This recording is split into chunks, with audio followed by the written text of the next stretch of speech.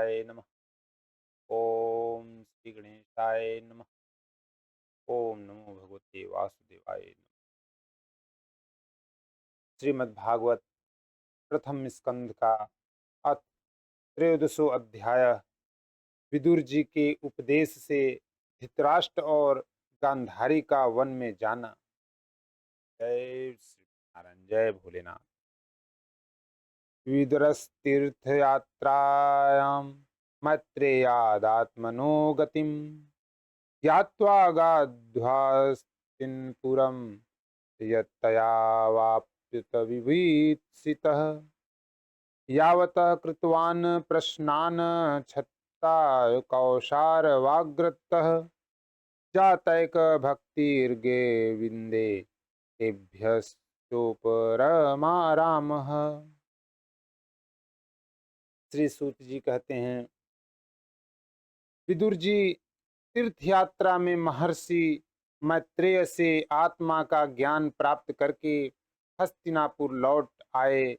उन्हें जो कुछ जानने की इच्छा थी वह पूर्ण हो गई थी। विदुर जी ने मैत्रेय ऋषि से जितने प्रश्न किए थे उनका उत्तर सुनने के पहले ही श्री कृष्ण में अनन्य भक्ति हो जाने के कारण वे उत्तर सुनने से उपराम हो गए।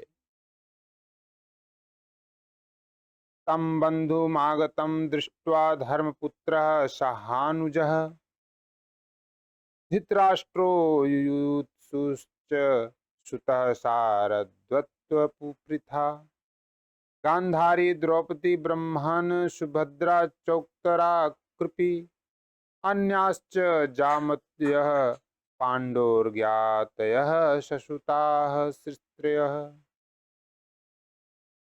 प्रत्युज्जग्मु महर्षेण प्राणं तन्व इवागतम् अभिसंगम्य विधिवत् परेष्वंगाभिवादनैः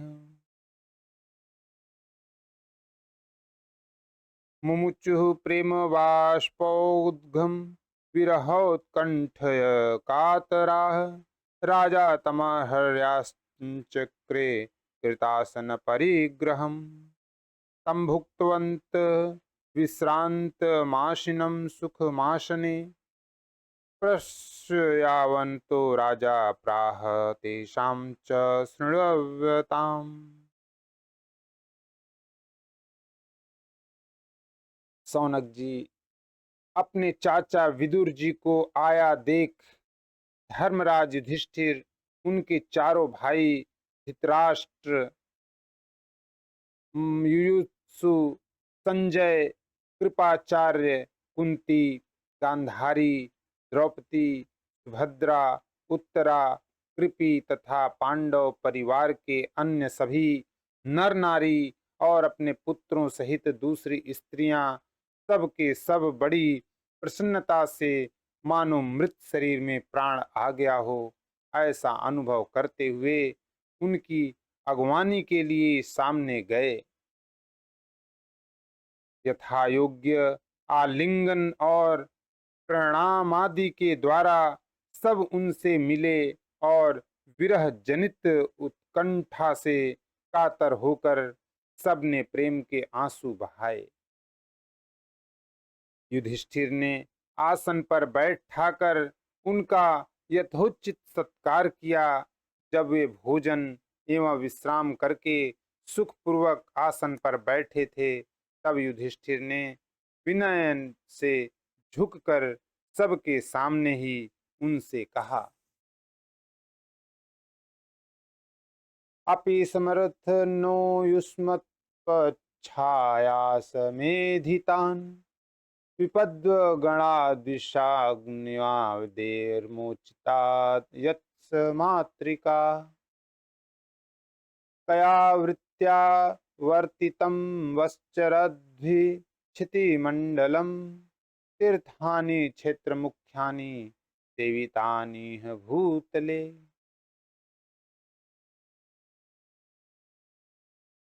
युधिष्ठिर ने कहा, चाचा जी, जैसे पक्षी अपने अंडों को पंखों की छाया के नीचे रखकर उन्हें सेते और बढ़ाते हैं, वैसे ही आपने अत्यंत वात्सल्य से अपने करक कमलों की छत्र छाया में हम लोगों को पाला पोसा है। बार बार आपने हमें और हमारी माता को विषदान और लाक्षागृह के दाह आदि विपत्तियों से बचाया है। क्या आप कभी हम लोगों की भी याद करते रहे हैं? आपने पृथ्वी विचरण करते समय किस वृत्ति से जीवन निर्वाह किया? आपने पृथ्वी तल पर किन किन तीर्थों और मुख्य क्षेत्रों का सेवन किया? भवद्विद्धा भागवतास्तीर्थ भूता स्वयं विभो तीर्थि कुर्वन्ति तीर्थानि स्वान्तः स्थेन गदाभृता अपि न सुहृदस्तात बान्धवाः कृष्णदेवताः दृष्टाः सुश्रुता वा यद्वः स्वपुण्या सुखमाशते। प्रभु, आप जैसे भगवान के प्यारे भक्त स्वयं ही तीर्थ स्वरूप होते हैं। आप लोग अपने हृदय में विराजमान भगवान के द्वारा तीर्थों को भी महातीर्थ बनाते हुए विचरण करते हैं। चाचा जी, आप तीर्थ यात्रा करते हुए द्वारका भी अवश्य ही गए होंगे। वहाँ हमारे सुहृद एवं भाई बंधु यादव लोग, जिनके एकमात्र आराध्य देव श्री कृष्ण हैं, अपनी नगरी में सुख से तो है ना? आपने यदि जाकर देखा नहीं होगा तो सुना तो अवश्य ही होगा।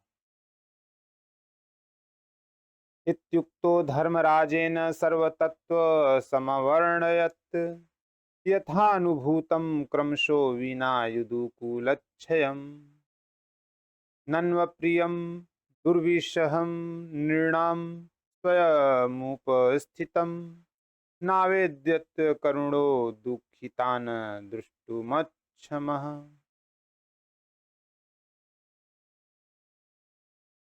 युधिष्ठिर के इस प्रकार पूछने पर विदुर जी ने तीर्थों और यदुवंशियों के संबंध में जो कुछ देखा सुना और अनुभव किया था, सब क्रम से बतला दिया। केवल यदुवंश के विनाश की बात नहीं कही। करुण करुण हृदय विदुर जी पांडवों को दुखी नहीं देख सकते थे, इसीलिए उन्होंने यह अप्रिय एवं असह्य घटना पांडवों को नहीं सुनाई, क्योंकि वह तो स्वयं ही प्रकट होने वाली थी। कंचित कालमथावात्सीत् कृतो देववत् सुखम भ्रातुर्ज्येष्ठस्य श्रेयस्कृत सर्वेषां प्रतिमावहम् अब्रिभद्रमर्यमा दंड यथावदघकारिषु यावद्वधार सुद्रव्यम सापाद्वर्ष शतम यमः। पांडव विदुर जी का देवता के समान सेवा सत्कार करते थे। वे कुछ दिनों तक अपने बड़े भाई धृतराष्ट्र की कल्याण कामना से सब लोगों को प्रसन्न करते हुए सुखपूर्वक हस्तिनापुर में ही रहे। विदुर जी तो साक्षात धर्मराज थे। मांडव्य ऋषि के शाप से ये 100 वर्ष के लिए शूद्र बन गए थे। इतने दिनों तक यमराज के पद पर आर्यमा थे और वही पापियों को उचित दंड देते थे। युधिष्ठिरो लब्ध राज्यो दृष्ट्वा पौत्रम कुशूलंधरम भातृभिर्लोकपाला भैर्मुमुदे परया श्रिया एवं गृहेषु शक्तानां प्रमुक्तानां तदीहया अत्यक्रामदविज्ञातः कालः परम दुस्तरः। राज्य प्राप्त हो जाने पर अपने लोकपालों तरीखे भाइयों के साथ राजा युधिष्ठिर वंशधर परीक्षित को देखकर अपनी अतुल संपत्ति से आनंदित रहने लगे। इस प्रकार पांडव गृहस्थ के काम धंधों में रम गए और उन्हीं के पीछे एक प्रकार से यह बात भूल गए कि अनजाने में ही हमारा जीवन मृत्यु की ओर जा रहा है। अब देखते देखते उनके सामने वह समय आ पहुंचा जिसे कोई टाल नहीं सकता। विदुरस्तदभिप्रेत्य धृतराष्ट्रमभाषत राजनिर्गम्यतां शीघ्रं पश्येदं भयमागतम्। प्रतिक्रिया न यस्येह कुतश्चित् कर्हिचित् प्रभो स एव भगवान कालः सर्वेषां नः शवमागतः। परंतु विदुर जी ने काल की गति जानकर अपने बड़े भाई धृतराष्ट्र से कहा, महाराज देखिए, अब बड़ा भयंकर समय आ गया है, झटपट यहाँ से निकल चलिए। हम सब लोगों के सिर पर वह सर्वसमर्थ काल मंडराने लगा है जिसके टालने का कहीं भी कोई उपाय नहीं है। येन चैवाभिपन्नो अयं प्राणैः प्रियतमैरपि जनः सदो वियुच्येत किमुतान्यैर्धनादिभिः।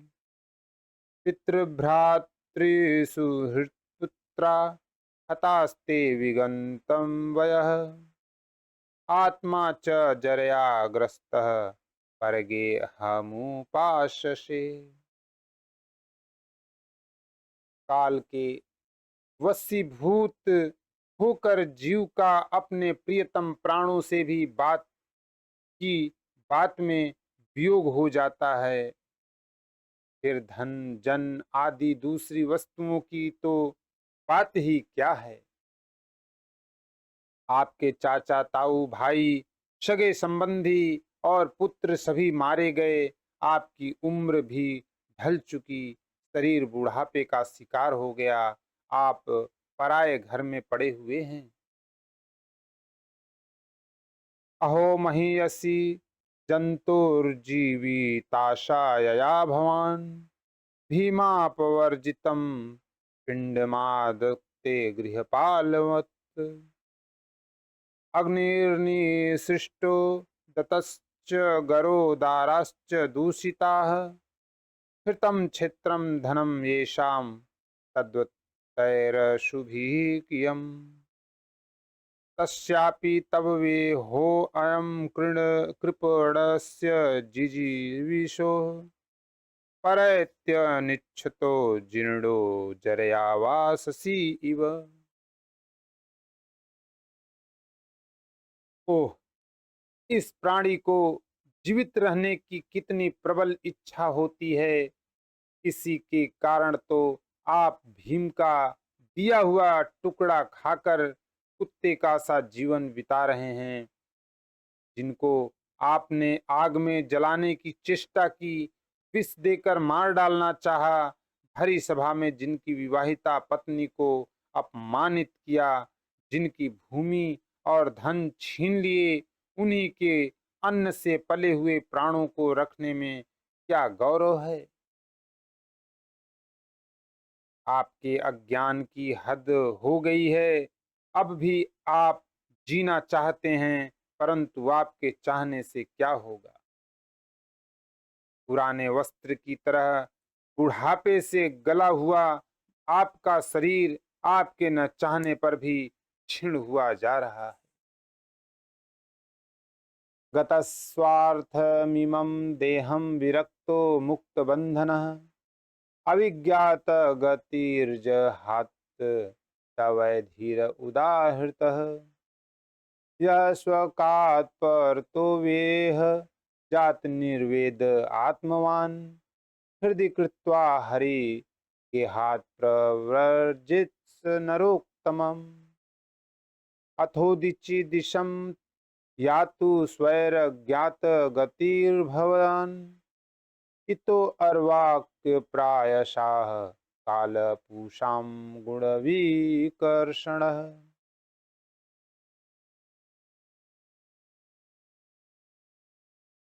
अब इस शरीर से आपका कोई स्वार्थ सधने वाला नहीं है, इसमें फंसिए मत। इसकी ममता का बंधन काट डालिए। जो संसार के संबंधियों से अलग रहकर उनके अनजाने में अपने शरीर का त्याग करता है, वही धीर कहा गया है, चाहे अपनी समझ से हो या दूसरे के समझाने से। जो इस संसार को दुख रूप समझकर इससे विरक्त हो जाता है और अपने अंततः करणों को वश में करके हृदय में भगवान को धारण कर संन्यास के लिए घर से निकल पड़ता है, वही उत्तम मनुष्य है। इसके आगे जो समय आने वाला है वह प्रायः मनुष्यों के गुणों को घटाने वाला होगा। इसलिए आप अपने कुटुंबियों से छिपकर उत्तराखंड में चले जाइए। ओम नमो भगवते वासुदेवाय नमः। जय श्री जय भोले।